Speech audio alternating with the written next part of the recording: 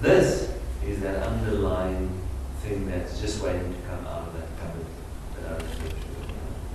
And the last one that I just mentioned, maybe that's the last one. Yeah, there's the last one. Again, same capabilities in this region, keeping in mind the graph looks slightly different. What do you see here? You need to find well, you figure it out, then I'll tell you what happened to this person. It's probably jack of all trades.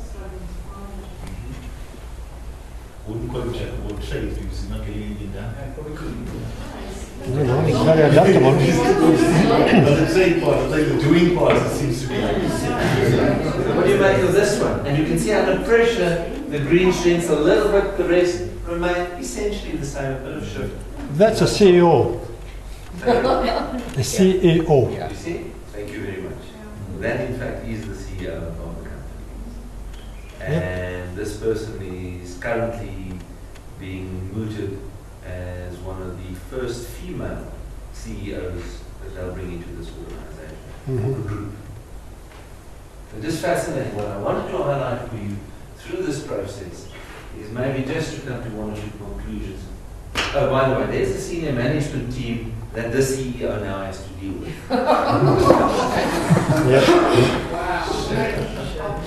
There's Prozac on the screen. What's the one on the left? That's the CEO's. No, the CEO's not on this profile at all. So now we can look at the blue, green, red, yellow as the culture of the company. That is the culture.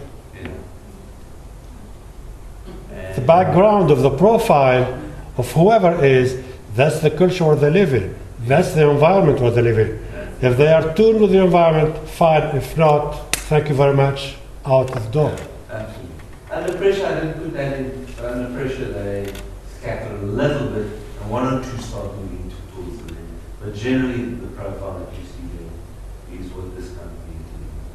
What I wanted to highlight for you is so often what we do is we focus on capability, but we don't always understand sufficiently the mix between capability and preference. We need to make sure that whilst you may have all the ability, and that whole team is exceptionally strong, and whilst you might have all the ability, you've also got to start watching out for creating routine.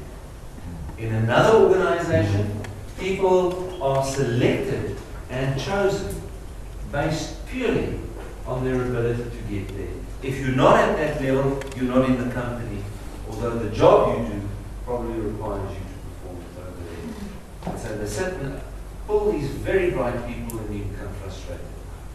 In another division in this organization, we see a bunch of Generation Y kids coming through, and they can shoot the lights out anytime of any of their managers.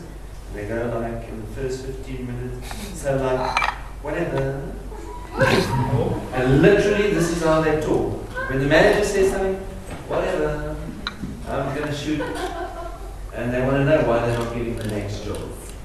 And there are all races, all colors in this country. We did think in advances in our basic, not in precision working. Yeah. Show me where I can go with this. The third thing that I wanted to say is, Marius, and this brings us then back to that whole issue of watching out for the self-fulfilling prophecy, is you need to coach people to understand the implications of their profile. And the work that Hannes and I do, and we see literally hundreds of people every now and then, is we run into this difficulty. We've got these bright guys. You need to work with a team to facilitate that stretch as well. Because very often you might have the capability, but can you imagine this poor guy, that guy, coming into this team, and how he finds some kind of a knitting with the team and how he gels with the team. So you need to begin to work with this team to look at their own strengths, but also to see the value that this other person could bring. So for me, just a very more pragmatic, straightforward kind of thing. Be careful that you don't create a self-fulfilling prophecy. Be very careful that what you see is not what you get, because then you're going to get what you've always got. We really need to stretch beyond capability and bring in the richness of the HBDI at this level. We see exactly the same with emotional intelligence, and we see exactly the same when we compare it to the personality profile. See people who are exceptionally strong on empathy in EQ. But when we measure them on this, we see they do it only if you act in a blue-green way, for example. The rest of you, I'll take you out. But generally, I'm quite empathetic, is their perception, but that in fact. All right? Any questions, any comments on that? 4G.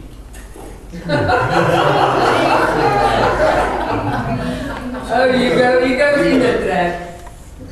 Well, cognitively, you need to be able to grasp. So you're comfortable with that. Emotionally, you need to be involved and grab and own that role that you're taking over. And behaviorally, you need to act in a certain way that will take you where you need to go. You cannot go if you can't grab. You cannot go if you can't grasp. If you grasp, you grab and you go in a whole brain way, then maybe there's an opportunity for you to grow. Failing that, it's time to say goodbye. That's about 5G.